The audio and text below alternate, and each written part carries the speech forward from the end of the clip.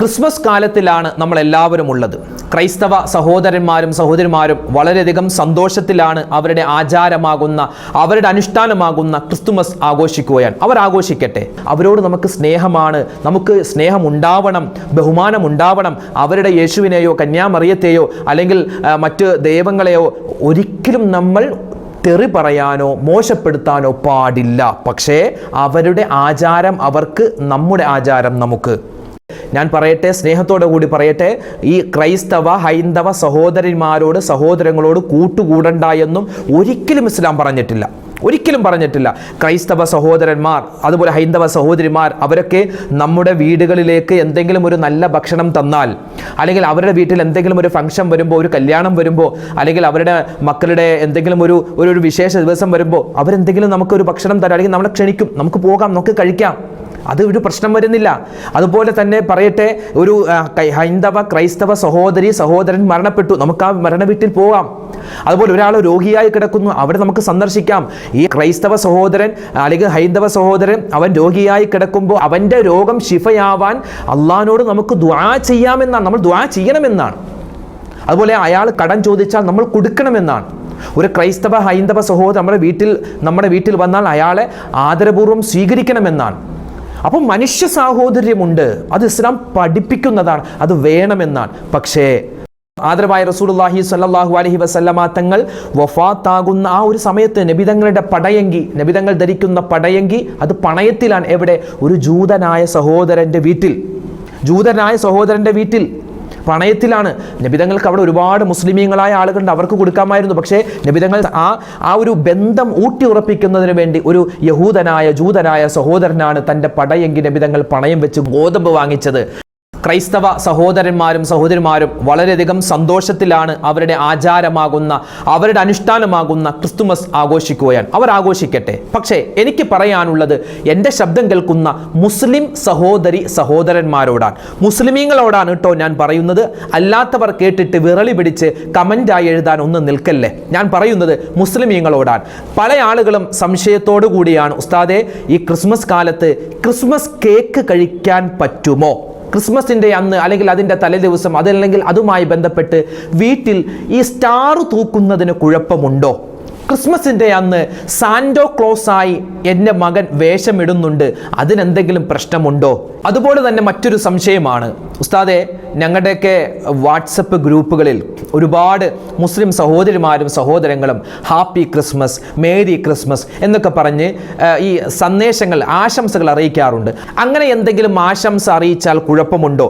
നമ്മുടെ മനസ്സിലേക്കല്ലേ അള്ളാഹു നോക്കുക. അപ്പം നമ്മുടെ മനസ്സിലൊന്നുമില്ലാതെ വെറുതെ ഒരു മെസ്സേജ് അയച്ചാൽ അതിലൊരു പ്രശ്നമൊന്നുമില്ലല്ലോ എന്ന് ചോദിക്കുന്നവരുമുണ്ട്. ഇങ്ങനെ ചോദിക്കുന്ന ആളുകൾക്കുള്ള കൃത്യമായ മറുപടി നമ്മുടെ ഇന്നത്തെ ഈ ക്ലാസ്സിലുണ്ട്. അവസാനം വരെ ഒന്ന് കണ്ടു നോക്ക്. അസ്സലാമു അലൈക്കും വറഹ്മത്തുള്ളാഹി തആല വബറകാതുഹു. അഊദു ബില്ലാഹി മിനശ് ശൈത്വാനിർ റജീം. ബിസ്മില്ലാഹിർ റഹ്മാനിർ റഹീം. അൽഹംദുലില്ലാഹി റബ്ബിൽ ആലമീൻ.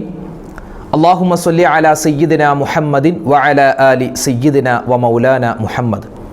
എൻ്റെ ശബ്ദം കേൾക്കുന്ന സഹോദരിമാരെ, സഹോദരങ്ങളെ, കരുണാഭാരതിയായ പടച്ച റബ്ബ് അള്ളാഹു നമുക്കെല്ലാവർക്കും ആഫിയത്തും ആരോഗ്യവും ദീർഘായുസ്സും നൽകി അനുഗ്രഹിക്കുമാറാവട്ടെ. ക്രൈസ്തവ സഹോദരന്മാരെ സംബന്ധിച്ചിടത്തോളം ക്രിസ്തുമസ് ആണ്. അപ്പോൾ ക്രിസ്മസുമായി ബന്ധപ്പെട്ട് അവരുടെ ചർച്ചകളിൽ പ്രത്യേക പ്രാർത്ഥനയുണ്ടാകും, അതുപോലെ തന്നെ പ്രത്യേക കുർബാനയുണ്ടാകും. ഒരുപാട് ആചാരങ്ങളും അനുഷ്ഠാനങ്ങളും അവർ നടത്താറുണ്ട്. അവർ നടത്തട്ടെ, അവരവരുടെ ആചാരങ്ങളനുസരിച്ച് ജീവിക്കട്ടെ. പറഞ്ഞു വന്നത് അവരുടെ ആചാരങ്ങളെപ്പറ്റിയോ അല്ലെങ്കിൽ അവരുടെ അനുഷ്ഠാനങ്ങളെപ്പറ്റിയോ അതൊക്കെ തെറ്റാണ്, ക്രിസ്തുമസ് ആഘോഷിക്കാൻ പാടില്ല, അല്ലെങ്കിൽ ക്രിസ്തുമസ് അത് ക്രിസ്ത്യാനികൾ ആഘോഷിക്കാൻ പാടില്ല, ഞങ്ങളുടെ പ്രവാചകനാകുന്ന ഈസാ നബി ജനിച്ച ദിവസമാണെന്ന് നിങ്ങളോട് ആര് പറഞ്ഞു എന്നുള്ള ചർച്ചയൊന്നുമല്ല ഇന്നത്തെ വീഡിയോയിൽ നമ്മൾ പറയാൻ ഉദ്ദേശിക്കുന്നത്.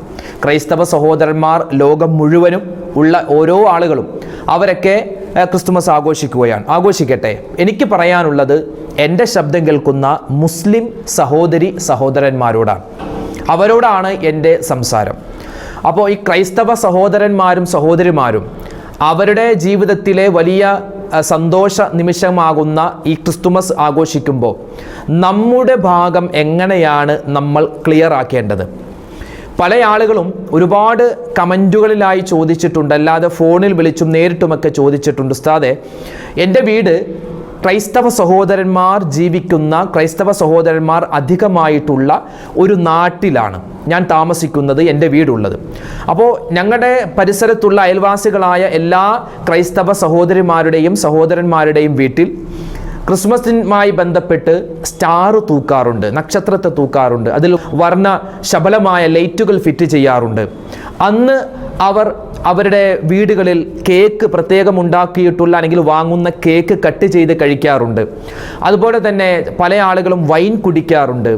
അതുപോലെ പല ആളുകളും പുൽക്കൂട് വെച്ചിട്ട് അവരുടേതായ ആരാധനകൾ നിർവഹിക്കാറുണ്ട്.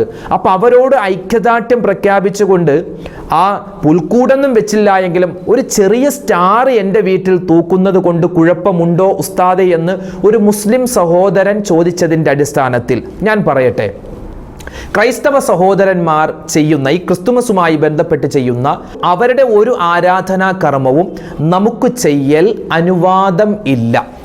ഉസ്താദ് വർഗീയത പറയരുത്.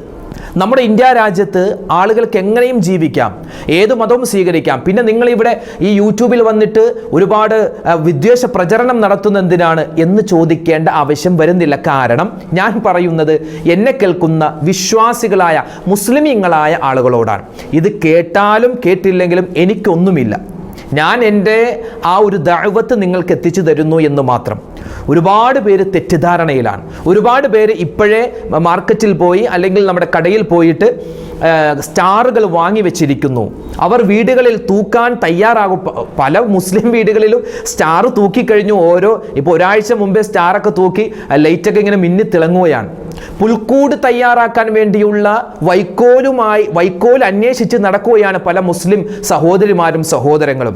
പല ആളുകളും ഏറ്റവും നല്ല ഈ ക്രിസ്മസ് കേക്ക് എവിടെ കിട്ടുമെന്ന് അന്വേഷിച്ച് ഫോൺ വിളിക്കുകയാണ്. അവിടെ അന്വേഷിക്കുന്നു, ഇവിടെ അന്വേഷിക്കുന്നു. എൻ്റെ സ്നേഹമുള്ള മുസ്ലിം സഹോദരങ്ങളോട് ഞാനൊന്ന് പറയട്ടെ, നമ്മുടെ ചുറ്റുപാടും താമസിക്കുന്ന ഹൈന്ദവ സഹോദരങ്ങൾ, ക്രൈസ്തവ സഹോദരങ്ങൾ, ഇവരൊക്കെ ഇവരുടെ മത ആചാരവുമായി ബന്ധപ്പെട്ടാണ് ഈ ഓണവും ക്രിസ്തുമസും ഒക്കെ ആചരിക്കുന്നത്. ഓണം കേരളീയരുടെ ഉത്സവമാണെന്ന് പറയപ്പെടാറുണ്ടെങ്കിലും അതൊരു പറച്ചിൽ മാത്രമാണ്. കേരളീയരുടെ ഉത്സവമല്ല, മറിച്ച് അത് ഓണത്തെ സംബന്ധിച്ചിടത്തോളം അതിൻ്റെ ആചാരാനുഷ്ഠാനങ്ങൾ നോക്കിയാൽ ഹൈന്ദവ സഹോദരിമാരുടെ ഒരു ആഘോഷമാണ്. ആയിക്കോട്ടെ, അവരാഘോഷിക്കട്ടെ. ഓണവുമായി ബന്ധപ്പെട്ട് നമ്മുടെ ചാനലിൽ തന്നെ ഒരുപാട് വീഡിയോകൾ നമ്മൾ പറഞ്ഞിട്ടുണ്ട്. അത്തക്കളം ഇടാമോ, അതുപോലെ തന്നെ ഈ ഓണത്തിൻ്റെ അന്ന് തിരുവാതിര കളിക്കാമോ എന്നുള്ള ഒരുപാട് വിഷയങ്ങൾ നമ്മൾ ചർച്ച ചെയ്തിരുന്നു. അതേപോലെ തന്നെ വളരെ ഗൗരവത്തോടു കൂടി ചർച്ച ചെയ്യേണ്ട ഒരു വിഷയമാണ് ഈ ക്രിസ്തുമസുമായി ബന്ധപ്പെട്ട്. അപ്പോൾ പറഞ്ഞു വന്നത്, ക്രിസ്തുമസ് അത് ക്രൈസ്തവരുടെ ഒരു ആരാധനയാണ്. ഇപ്പോൾ നമ്മൾ റമദാൻ മാസത്തിൽ 30 ദിവസം നോമ്പ് പിടിക്കും, അല്ലെങ്കിൽ 29 ദിവസം നോമ്പ് പിടിച്ചിട്ടാണ് നമ്മൾ ചെറിയ പെരുന്നാൾ ആഘോഷിക്കുന്നത്. എന്നതുപോലെ ഈ ഹജ്ജിൻ്റെ, അതായത് ദുൽഹിജ്ജ മാസത്തിൽ ഹജ്ജിന്റെ വലിയ പുണ്യമായ അമലുകളെല്ലാം കഴിഞ്ഞിട്ട് നമ്മൾ എന്ത് ചെയ്യുന്നു? പുണ്യമായ അമലുകൾ കഴിഞ്ഞ് ബലിയറുക്കുന്നു, വലിയ പെരുന്നാൾ നമ്മൾ ആഘോഷിക്കുന്നു. ഇതെന്താണ്? നമ്മുടെ ഒരു ഇബാദത്താണ്. എന്നതുപോലെ ഹൈന്ദവരുടെ ഒരു ഇബാദത്താണ്, ഹൈന്ദവരുടെ ഒരു ആരാധനയാണ് ഓണം. അന്ന് ഓണത്തിൻ്റെ അന്ന് അവരെന്ത് ചെയ്യുന്നു?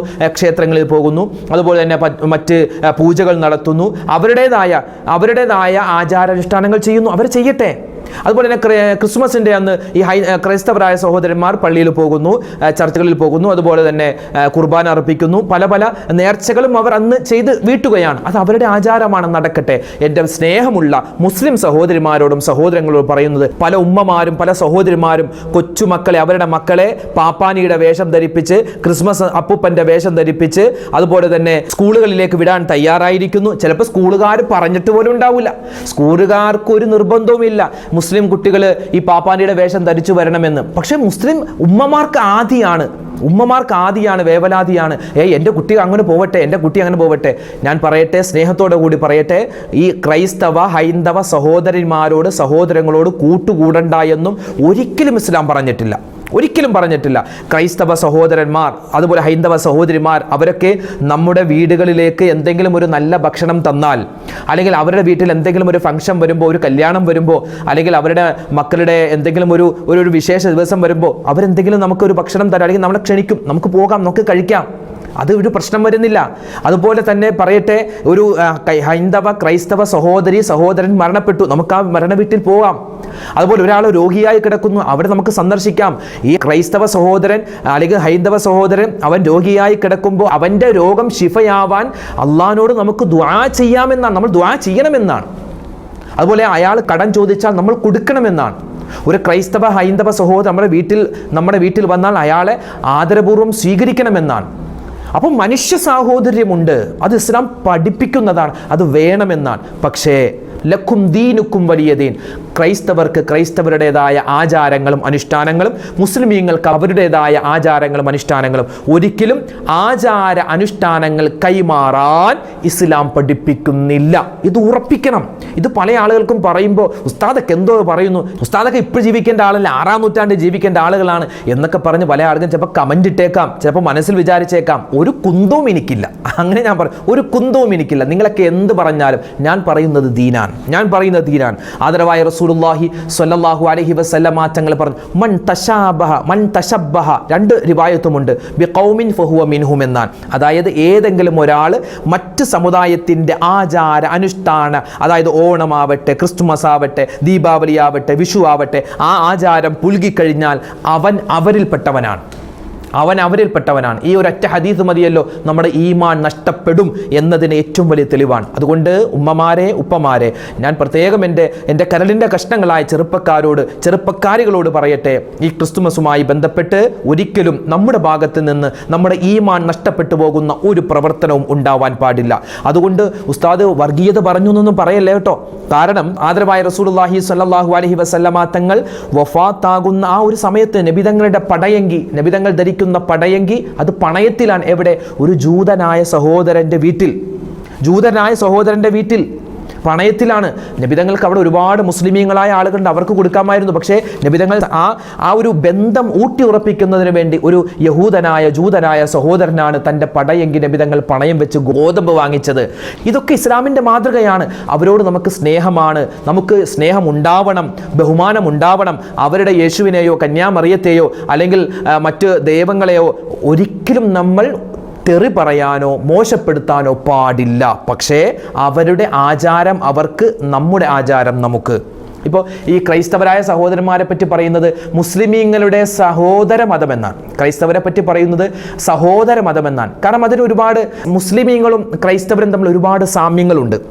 ഞാൻ പറയട്ടെ, മുസ്ലിമീങ്ങളും ക്രൈസ്തവ സഹോദരങ്ങളും ഒരേ സമയം ഒരാളെയാണ് ഉദ്ദേശിക്കുന്നതെങ്കിൽ രണ്ടുപേരും പറയുന്ന പേര് വ്യത്യസ്തമാണ്.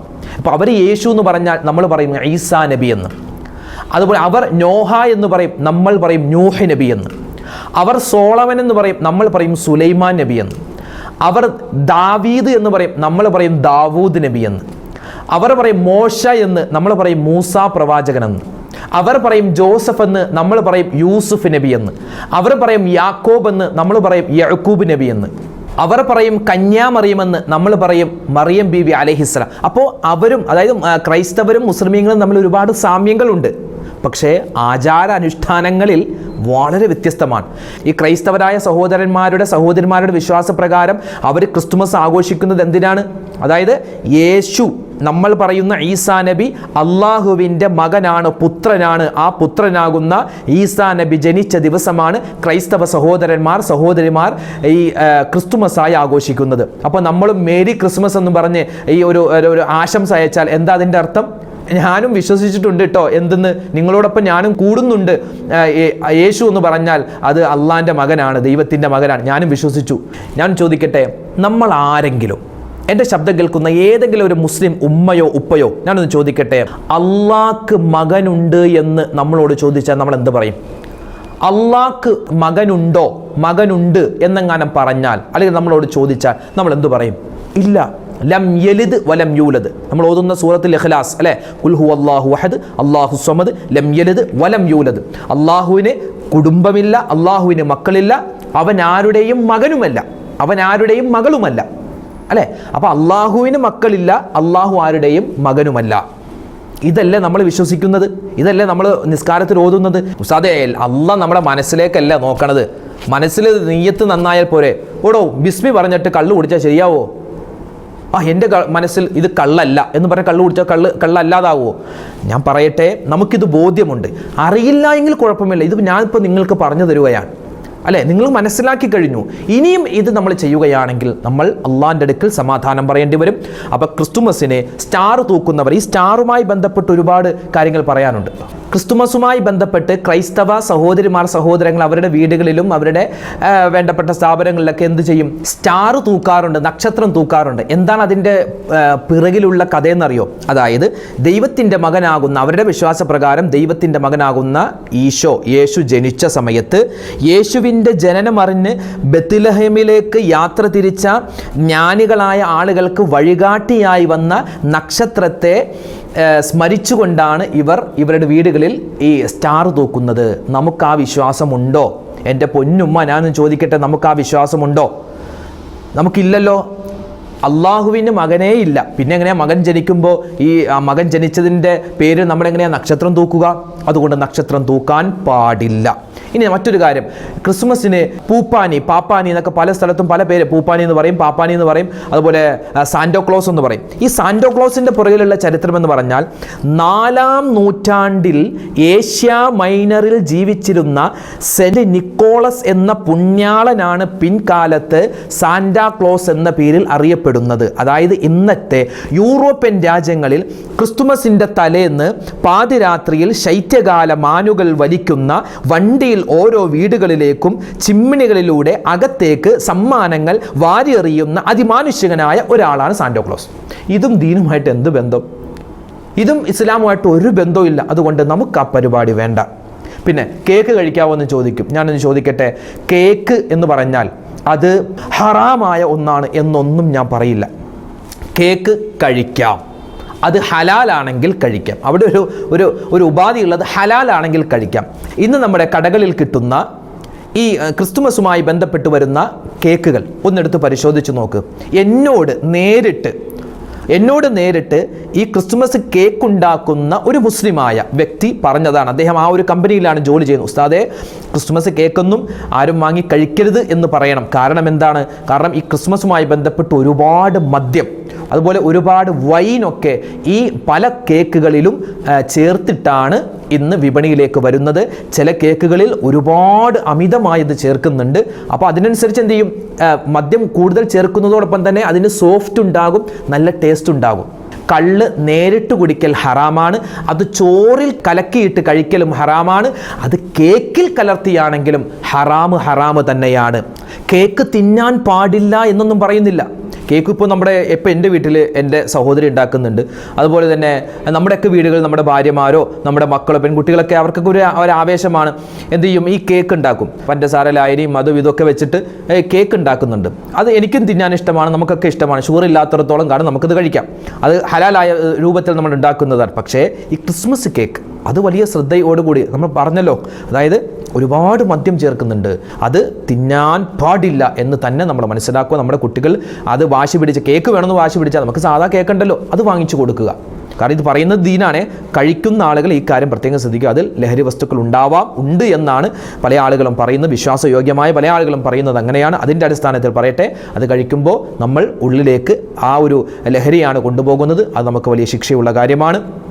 പിന്നെ ഇത് അവരുടെ ആചാരവുമായിട്ട് ബന്ധപ്പെട്ടതല്ലേ. ഇപ്പോൾ ഉളഹിയത്തിൻ്റെ ഇറച്ചി അല്ലേ, ഉളഹിയത്ത് അറുക്കുന്നതിൻ്റെ ഇറച്ചി നമ്മൾ ആർക്കും കൊടുക്കാറില്ല, ഈ ക്രൈസ്തവർക്ക് കൊടുക്കാറില്ല. കൊടുത്താൽ തന്നെ അവർ പലർക്കും അറിയാം ഇത് മുസ്ലിമീങ്ങൾക്ക് മാത്രമുള്ളതാണെന്ന് അറിയാം. അപ്പോൾ അവർ ചോദിക്കും, ഇത് നിങ്ങൾക്ക് മാത്രമുള്ള നിങ്ങളുടെ നേർച്ചയുടെ അല്ലേ എന്ന് പല ആളുകളും ചോദിക്കാറുണ്ട്. അപ്പോൾ നമ്മൾ അവർക്ക് കൊടുക്കാത്തതുപോലെ അത് നമ്മുടെ ഒരു ആരാധന എന്നതുപോലെ ഈ ക്രിസ്മസുമായി ബന്ധപ്പെട്ട് അവരുടെ ഒരു ആചാരത്തിൻ്റെ ഭാഗമാണെന്ത് ഈ ക്രിസ്മസിൻ്റെ അന്ന് കേക്ക് മുറിക്കുക, ആ പ്രത്യേക തരത്തിലുള്ള കേക്ക് അവർ കഴിക്കുന്നതൊക്കെ അത് അവരുടെ ആചാരമാണ്. അത് അവരാചരിക്കട്ടെ, നമ്മളത് പിന്തുടരാനോ നമ്മളത് കഴിക്കാനോ നിൽക്കണ്ട എന്ന് സ്നേഹത്തോടെ ഉണർത്തുകയാണ്. അതുകൊണ്ട് ക്രിസ്മസുമായി ബന്ധപ്പെട്ട് സ്റ്റാർ തൂക്കാമോ? ഉത്തരം പറഞ്ഞിട്ടുണ്ട്. കേക്ക് കഴിക്കാമോ? നമ്മളിവിടെ ഉത്തരം പറഞ്ഞിട്ടുണ്ട്. സാന്റോ ക്ലോസ് ആവാമോ? ആളുകൾ റെഡിയാണ്. നമ്മുടെ ചെറുപ്പക്കാരൊക്കെ സാന്റോ ക്ലോസ് ആവാൻ വേണ്ടി ആ ക്രിസ്മസിൻ്റെ തലേന്ന് കരോളൊക്കെ പാടിക്കൊണ്ട് പോകാൻ വേണ്ടി. കരോൾ എന്ന് പറഞ്ഞാൽ എന്താ? യേശു ജനിച്ചു, യേശു ആരാ? ഈ അവരുടെ വിശ്വാസപ്രകാരം അള്ളാന്റെ മകൻ അല്ലെങ്കിൽ പടച്ചോന്റെ അല്ലെങ്കിൽ ദൈവത്തിൻ്റെ മകനാകുന്ന യേശു ജനിച്ചു. ആ യേശുവിൻ്റെ അപദാനങ്ങൾ പാടുകയാണ്. നമുക്ക് അങ്ങനത്തെ പരിപാടിയൊന്നും ഇല്ല കേട്ടോ. നമുക്ക് ആ ഒരു പരിപാടിയേ ഇല്ല. അതുകൊണ്ട് കരോളും വേണ്ട, നമുക്ക് ക്രിസ്മസ് കേക്കും വേണ്ട, നമുക്ക് സ്റ്റാറും വേണ്ട. നമുക്ക് നമ്മുടേതായ ആഘോഷങ്ങളില്ലേ? സ്നേഹത്തോടെ പറയട്ടെ, നമുക്ക് നമ്മുടേതായ ആഘോഷങ്ങൾ, എനിക്ക് ഉറപ്പാണ് ഇതൊന്നും എൻ്റെ ചെറുപ്പക്കാരെ കേൾക്കാൻ ഒരുപക്ഷെ തയ്യാറാവണമെന്നില്ല. ഈ ഒരു നമ്മുടെ യൂട്യൂബിൻ്റെ തംബ്ലൈൻ കാണുമ്പോൾ തന്നെ ക്രിസ്മസ് ആഘോഷിക്കാമോ എന്ന് കേൾക്കുമ്പോൾ തന്നെ അവരെ പണിയില്ലേ എന്ന് പറഞ്ഞ് പോയേക്കും. പക്ഷേ എപ്പോഴെങ്കിലും കേട്ടാൽ ഇത് നിങ്ങൾ മനസ്സിലാക്കി വെച്ചോ, അള്ളാഹു നിങ്ങളോട് ചോദിക്കും. അതുകൊണ്ട് ഒരൊറ്റ ഹദീസ് കൂടി പറഞ്ഞു നിർത്തട്ടെ. ആദരവായ റസൂലുള്ളാഹി സ്വല്ലല്ലാഹു അലൈഹി വസല്ലമ തങ്ങൾ പറഞ്ഞത്, മൻ തശബ്ബഹ ബിഖൗമിൻ ഫഹുവ മിൻഹും. നമ്മളിപ്പോൾ ആരുടെ കൂടെയാണോ കൂടുന്നത് അവരോടൊപ്പമായിരിക്കും നാളെ ആഖിറത്തിൽ. അള്ളാഹു കാക്കട്ടെ. അതുകൊണ്ട് ഈമാൻ നഷ്ടപ്പെടാതെ സൂക്ഷിക്കുക. ഈമാൻ നഷ്ടപ്പെടാതിരിക്കാൻ നമ്മൾ നിരന്തരം, ഉമ്മമാരും വാപ്പമാരും പ്രത്യേകം ശ്രദ്ധിക്കണം. നമ്മൾ കടിഞ്ഞാടിടണം. പിന്നെ നമ്മൾ ഉമ്മയാണ് വാപ്പയാണെന്ന് പറഞ്ഞിട്ട് പിന്നെ എന്താ കാര്യം? നമ്മുടെ മക്കളെ നല്ല കടിഞ്ഞാടിടണം. അവർ പോയി കരോള് കളിക്കട്ടെ, എനിക്കോ പറ്റില്ല, അവരെങ്കിലും കളിക്കട്ടെ എന്നൊക്കെ പറഞ്ഞ് വാപ്പമാർ ചുമ്മാ അലസമായി വിടാറുണ്ട്. മക്കള് വഴിതെറ്റി പോകുന്നതിൽ പിന്നെ എത്ര ദുആ ചെയ്തിട്ടും കാര്യമില്ല. അതുകൊണ്ട് വളരെ ശ്രദ്ധിക്കണം. ഇപ്പോൾ ക്രിസ്മസ് വരുന്നു, ന്യൂ ഇയർ വരുന്നു, വളരെ ശ്രദ്ധിക്കേണ്ട കാര്യമാണ്. നമ്മളും ശ്രദ്ധിക്കുക, നമ്മുടെ മക്കളെയും ശ്രദ്ധിക്കുക. അല്ലാഹു സുബ്ഹാനഹു വ തആല നമ്മളെയും നമ്മുടെ മക്കളെയും എല്ലാവിധത്തിലുള്ള ശിർക്കിൽ നിന്നും കുഫ്രിൽ നിന്നും അതുപോലെ തന്നെ ഈമാൻ നഷ്ടപ്പെട്ടു പോകുന്ന മുഴുവൻ കാര്യങ്ങളിൽ നിന്നും അല്ലാഹു കാത്തുരക്ഷിക്കുമാറാവട്ടെ. ആമീൻ യാ റബ്ബൽ ആലമീൻ. ഇന്നും നാളെയും ഇനി വരുന്ന ദിവസങ്ങളിലൊക്കെ ഒരൊറ്റ ദുആ പറഞ്ഞു തരാം. ഒരൊറ്റ ദിക്ർ, ഒരു ദിക്ർ. ആ ദിക്ർ നിങ്ങൾ മുറുകെ പിടിക്കണം, നമ്മൾ മുറുകെ പിടിക്കണം. എന്താണ്? റളീതു ബില്ലാഹി റബ്ബ വബിൽ ഇസ്ലാമി ദീന വബി മുഹമ്മദിൻ നബിയ എന്ന് പറഞ്ഞേ. റളീതു ബില്ലാഹി റബ്ബ വബിൽ ഇസ്ലാമി ദീന വബി മുഹമ്മദിൻ നബിയ. അള്ളാഹുവിനെ ഞാൻ റബ്ബായി സ്വീകരിച്ചു, ഞാൻ തൃപ്തിപ്പെട്ടു. അള്ളാഹുവിൻ്റെ വിശുദ്ധമായ ഇസ്ലാം, അത് ഇസ്ലാം എൻ്റെ ദീനായി ഞാൻ തൃപ്തിപ്പെട്ടു. മുത്തുനബി സല്ലല്ലാഹു അലൈഹി വസല്ലം എൻ്റെ നബിയാണ്, ഞാൻ തൃപ്തിപ്പെട്ടു. ഈ ഒരു ദിക്ർ നമ്മൾ അധികരിപ്പിക്കും തോറും നമ്മുടെ ഈമാൻ കട്ടിയായി വർദ്ധിക്കുമെന്നാണ്. അള്ളാഹു തആല നമ്മുടെ ഈമാൻ ശക്തിപ്പെടുത്തി തരട്ടെ. നമ്മുടെ ഈമാൻ അള്ളാഹു കാത്ത് സംരക്ഷിക്കട്ടെ. ആമീൻ.